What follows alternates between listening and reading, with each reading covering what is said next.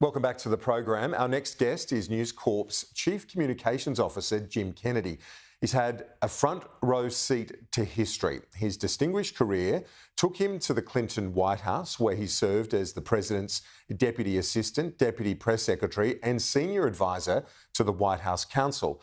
During Bill Clinton's impeachment inquiry, Jim Kennedy spoke on behalf of the embattled White House, receiving up to 70 media inquiries daily and articulating the president's position at a time of significant scrutiny. Right now we're reaching out to members of Congress and to members of the public to make our basic point that these allegations do not rise to the level of an impeachable offense as set forth in the Constitution of the United States, and that the will of the people should be listened to. And we believe that has been shown quite clearly to be against impeachment, against resignation.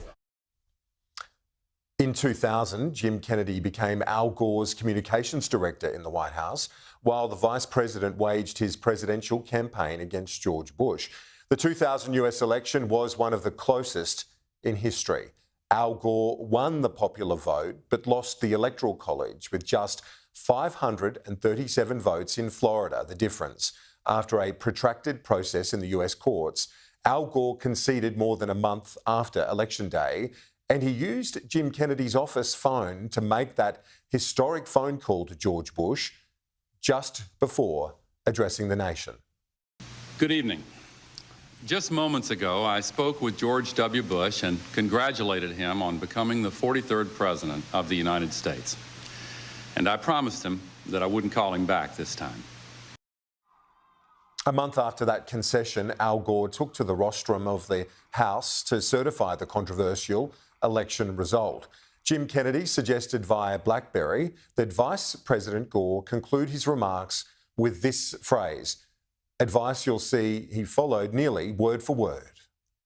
May God bless our new president and our new vice president, and may God bless the United States of America. Jim Kennedy later became Hilary Clinton's head of communications when she was a New York senator. He worked closely with Senator Clinton on her response to the 9/11 terror attacks as she successfully campaigned for billions in recovery and development funds. He visited Ground Zero in the days after the Twin Towers falling and took this video.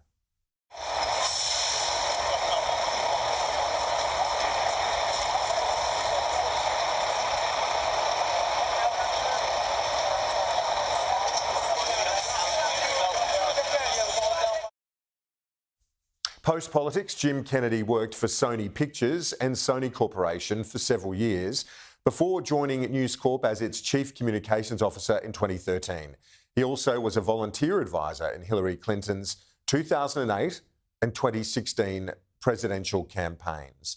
And I'm pleased to say that Jim Kennedy joins me live now from our newsroom in Sydney. Jim, thank you so much for your time. You know the political race in a way few others do.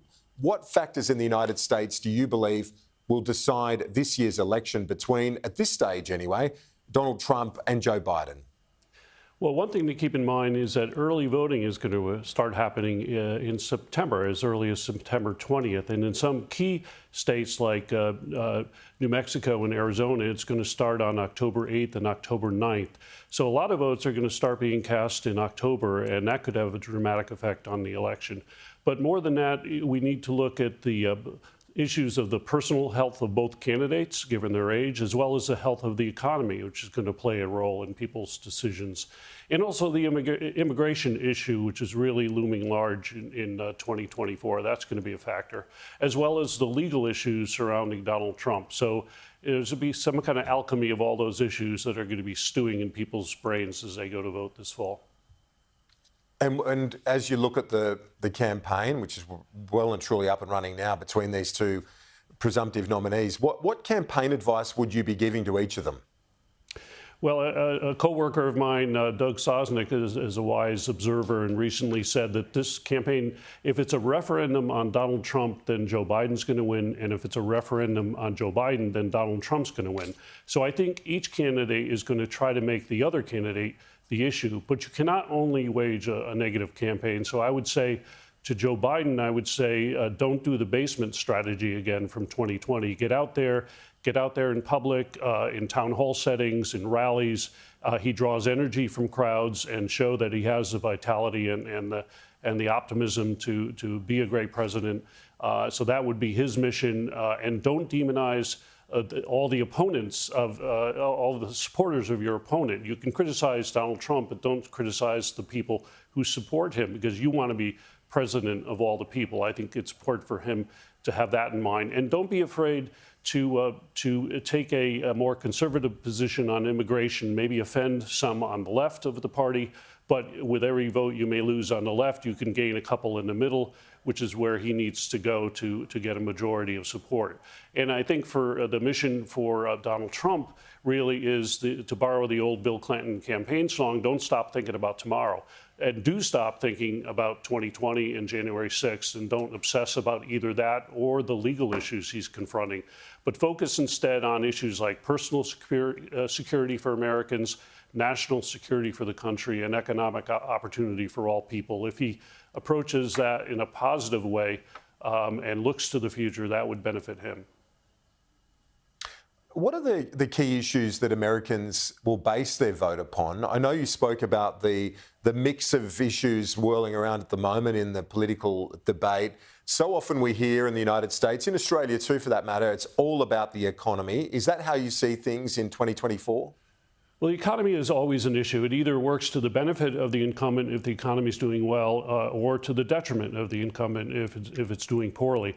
And it is going to be an issue, particularly because of inflation. The inflation rate is slowing. There are signs of progress. On the other hand, prices are still high, so people feel confronted by that. And so that's going to continue to be an issue. But I would say this year, more than others, immigration has risen. It certainly was an issue in 2016, which benefited Donald Trump.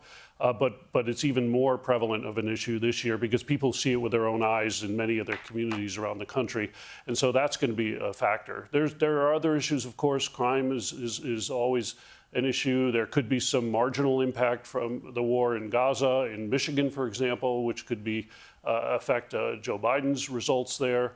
Abortion may be an issue in those states which have a referendum on the topic. But I think overall the economy and immigration are probably the top two issues, as well as the health status of the candidates themselves. I hope they both remain very healthy, but that's going to be an issue. Mm-hmm. On that health status, I just wonder about the impact that Kamala Harris has on this, given, well, particularly Joe Biden, 81, and he's 4 years older than Reagan was when he left office. So does the vice president factor in here in terms of deliberations for voters? Yeah, I think this year more than most, the VP candidate for both candidates is going to be more important than in the past. In years ago, sometimes they would pick vice presidents because of which state they were from in hopes of getting the electoral votes from that state. For example, Lyndon Johnson in 1960. But by and large, most of the VP candidates did not play a big role in the outcome. But this year, because of the age of each of the candidates, who the people are as running as vice president is going to be a factor and discussed more often than in the past. And that's why a lot of eyes are on Donald Trump in terms of who he is going to choose for his VP. Indeed. Now, it's obviously notoriously difficult to predict this next thing, but I do want to ask you about, and I know you've spoken about this before, the impact of X factors in a presidential election year. Talk us through your thinking on potential for X factors in this presidential race. Sure.